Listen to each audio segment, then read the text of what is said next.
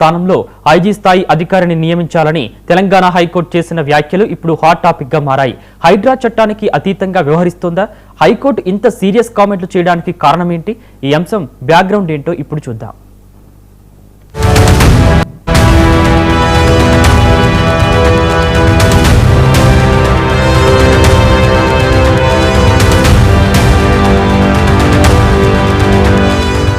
సికింద్రాబాద్ సమీపంలోని లోతుకుంట సర్వే నెంబర్లు 1-2 పరిధిలో ఉన్న 40 ఎకరాల భూములకు సంబంధించి శాంతా శ్రీరామ్ కన్స్ట్రక్షన్ వేసిన కోర్టు ధిక్కరణ పిటిషన్పై విచారణ సందర్భంగా హైకోర్టు కీలక వ్యాఖ్యలు చేసింది. కోర్టు ఆదేశాలు ఉన్నా హైడ్రా అధికారులు తమ భూముల్లోకి వచ్చి జోక్యం చేసుకుంటున్నారని పిటిషనర్ కోర్టు దృష్టికి తీసుకెళ్లారు. దాంతో హైకోర్టు సీరియస్ అయింది.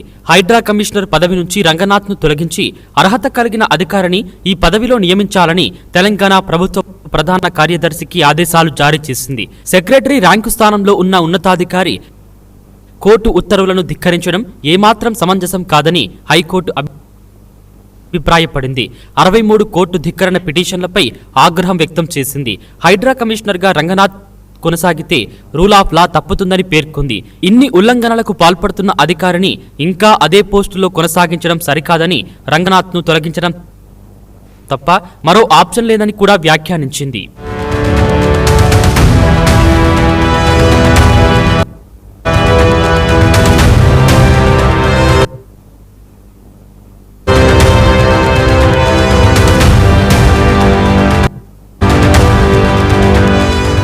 ఈ 2 ఏళ్లలో హైకోర్టు రంగనాథ్ పైన అనేక సార్లు తీవ్రమైన వ్యాఖ్యలు చేసింది. బతుకమ్మకుంట కేసు విచారణ సందర్భంగా కోర్టు ఆదేశాలు ఉన్నా చర్యలు కొనసాగించారని విమర్శించింది.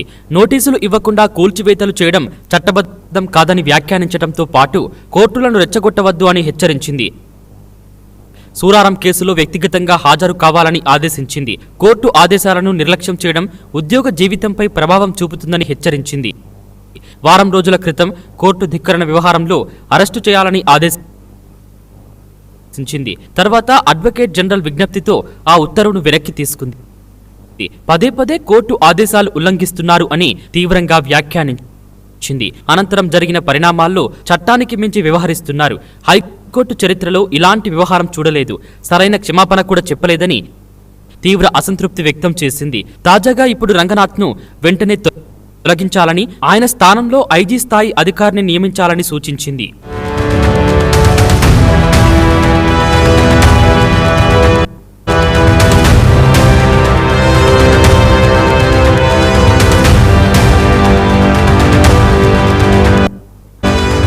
తెలంగాణ ప్రభుత్వం జూలై 2024లో హైడ్రాని ఏర్పాటు చేసింది. చెరువులు, నాలాలు, ప్రభుత్వ భూములు, బఫర్ జోన్లలోని ఆక్రమణలను తొలగించడం, భవిష్యత్తులో వరదల ముంపును తగ్గించడం, ప్రభుత్వ ఆస్తులను కాపాడడం దీని ప్రధాన లక్ష్యమని ప్రభుత్వం ప్రకటించింది. హైడ్రా కమిషనర్గా ఐపీఎస్ అధికారి రంగనాథ్ బాధ్యతలు చేపట్టిన తర్వాత హైదరాబాద్ పరిసర ప్రాంతాల్లో భారీ ఎత్తున కూల్చివేతలు చేపట్టారు.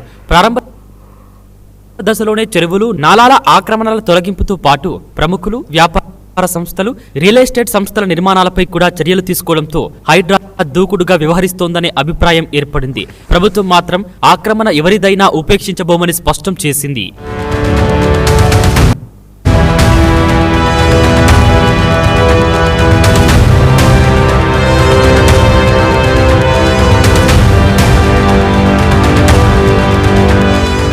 హైడ్రా చర్యలపై అనేక వివాదాలు తలెత్తాయి. ముఖ్యంగా పేదలు, మధ్యతరగతి కుటుంబాల ఇళ్లను కూల్చివేస్తున్నారని, ముందస్తు నోటీసులు ఇవ్వడం లేదని, బాధితులకు తమ వాదన వినిపించే అవకాశం కల్పించడం లేదని ఫిర్యాదులు వచ్చాయి. కోర్టుల్లో కేసులు పెండింగ్లో ఉన్నప్పటికీ కూల్చివేతలు కొనసాగించారని ఆరోపణలు కూడా వినిపించాయి. ప్రభుత్వమే గతంలో ఇచ్చిన లేఅవుట్లు, అనుమతులు, రిజిస్ట్రేషన్లు ఉన్న ప్రాంతాల్లోనూ చర్యలు తీసుకోవడం వల్ల అమాయకులు నష్టపోతున్నారని పలువురు బాధితులు ఆవేదన వ్యక్తం చేశారు. కొన్ని ప్రాంతాల్లో మహిళలు, వృద్ధులు ఇళ్ల కూల్చివేతలను అడ్డుకునేందుకు ఆందోళనలు చేయడం, తమకు ప్రత్యామ్నాయ నివాసం కల్పించకుండా ఇల్లు కూల్చివేశారని ఆరోపించడం వంటి ఘటనలు చోటు చేసుకుంటున్నాయి.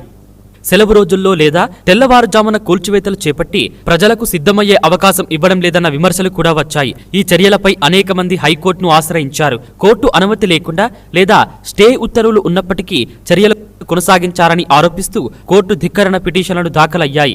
దీంతో హైడ్రా చర్యలు న్యాయపరమైన పరిశీలనకు వచ్చాయి. హైడ్రా పేరుతో ఎన్నో దారుణాలు చేశారు అని ఆర్ఎస్ ప్రవీణ్ కుమార్ పేర్కొన్నారు. చెరువుల సంరక్షణ పేరుతో పేదల ఇల్లు కూల్చివేశారని, హైకోర్టు వద్దని చెప్పినా పేదల ఇళ్లను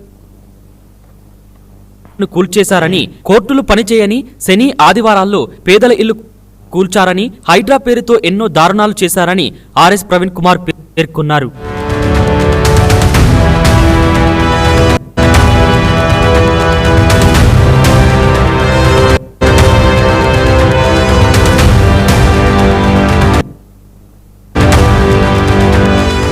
హైడ్రా దూకుడుగా వ్యవహరించడాన్ని విపక్ష పార్టీలు తీవ్రంగా తప్పుపట్టాయి. హైడ్రా పేరుతో పేదలు, మధ్యతరగతి ప్రజలనే లక్ష్యంగా చేసుకుంటున్నారని, పెద్దల ఆక్రమణలపై ఒక విధంగా, సాధారణ ప్రజలపై మరో విధంగా వ్యవహరిస్తున్నారని బీఆర్ఎస్ ఆరోపించింది. రాజకీయ కక్షతో ఎంపిక చేసి కూల్చివేతలు జరుగుతున్నాయని కూడా విమర్శించింది. చట్ట ప్రక్రియ పాటించకుండా, నోటీసులు ఇవ్వకుండా కూల్చివేతలు చేయడం రాజ్యాంగ విరుద్ధమని బీజేపీ కూడా ఆరోపించింది. హైడ్రా పేరుతో ఎన్నో దారుణాలు చేశారని, చెరువుల సంరక్షణ పేరుతో పేదల ఇల్లు కూల్చేశారని బీఆర్ఎస్ నేత ఆర్ఎస్ ప్రవీణ్ కుమార్, హైడ్రా కమిషనర్ రంగనాథ్ తీరుపైన తప్పుపట్టారు. తెలంగాణ బీజేపీ చీఫ్ రామచంద్రరావు కూడా హైడ్రా పనితీరును తప్పుపట్టారు. హైకోర్టు తీర్పు రేవంత్ రెడ్డికి చెంపపెట్టు అని వ్యాఖ్యానించారు. హైడ్రాను రద్దు చేస్తే పేదల ఇల్లు సురక్షితంగా ఉంటాయని వ్యాఖ్యానించారు. హైడ్రా పైన హైకోర్టు వ్యాఖ్యల అనంతరం బీఆర్ఎస్, బీజేపీ నేతల వ్యాఖ్యలు ప్రాధాన్యాన్ని సంతరించుకున్నాయి. ప్రభుత్వం మొదటి నుంచి ఈ విమర్శలను ఖండించటమే కాదు, హైడ్రా చర్యలను రంగనాథ్ను వెనకేసుకుని వస్తూ వ్యాఖ్యలు చేసింది. హైడ్రా లక్ష్యం పేదలను ఇబ్బంది పెట్టడం కాదని, నగరాన్ని వరదల నుంచి రక్షించడం, చెరువులు, నాలాలు, ప్రభుత్వ భూములను కాపాడమే ముఖ్య ఉద్దేశమని స్పష్టం చేసింది. అక్రమ నిర్మాణం ఎవరిదైనా చట్ట ప్రకారం చర్యలు తీసుకుంటామని, గత ప్రభుత్వాల నిర్లక్ష్యంతో జరిగిన ఆక్రమణలను ఇప్పుడు తొలగిస్తున్నామని సమర్థించుకుంది.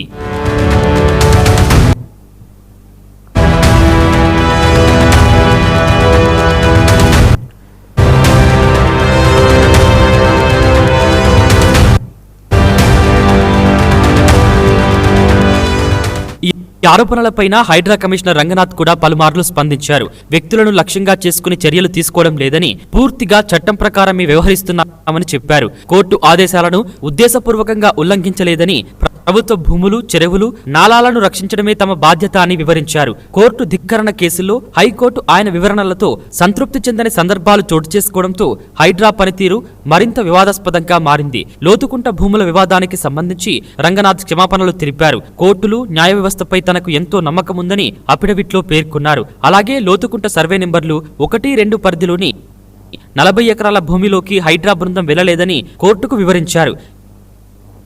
ఈ విషయంలో పిటిషనర్ అసత్య ఆరోపణలు చేస్తున్నారని కూడా రంగనాథ్ తన అఫిడవిట్లో తెలిపారు.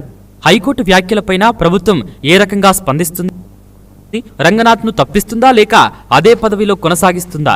డివిజన్ బెంచ్ లేదా సుప్రీంకోర్టును ఆశ్రయించి చట్టపరంగా ఉన్న అవకాశాలను పరిశీలిస్తుందా అనేది చూడాలి.